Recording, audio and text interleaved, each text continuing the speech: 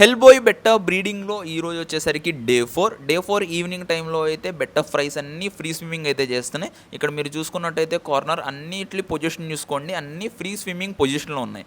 ఈ పొజిషన్కి వచ్చిన తర్వాత ఫ్రైస్ మనం మెయిల్ బెట్టాని అయితే రిమూవ్ చేసేయచ్చు.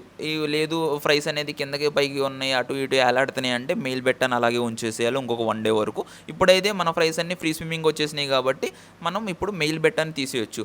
మెయిల్ ఎక్కువ బబుల్ నెస్ట్ కింద ఉండడానికి చూస్తుంది, బట్ మనం ఏం చేయాలంటే నెట్ బ్యాక్ సైడ్ ఉంటుంది కదా, స్టిక్తో ఒక దగ్గర కొట్టినట్టయితే అది వచ్చేస్తుంది అనమాట బయటికి. అప్పుడు మళ్ళీ నెట్తో మనం పట్టేసి ఈజీగా తీసేసేయచ్చు. మెయిల్ బెట్టాని రిమూవ్ చేసి దాని కంటైనర్లో వేయకుండా ఫ్రెష్ కంటైనర్, సో ఫ్రెష్ కంటైనర్లో వేస్తే ఏమవుతుంది అంటే ఇన్ కేసు మెయిల్ బెట్ట నోట్లో ఏమన్నా ఫ్రైస్ని పెట్టుకున్నా కానీ ఈ ఫ్రెష్ కంటైనర్లో రిలీజ్ చేసేస్తుంది. అప్పుడు మనం ఇంకొన్ని ఫ్రైస్ని కూడా కాపాడవచ్చు అనమాట.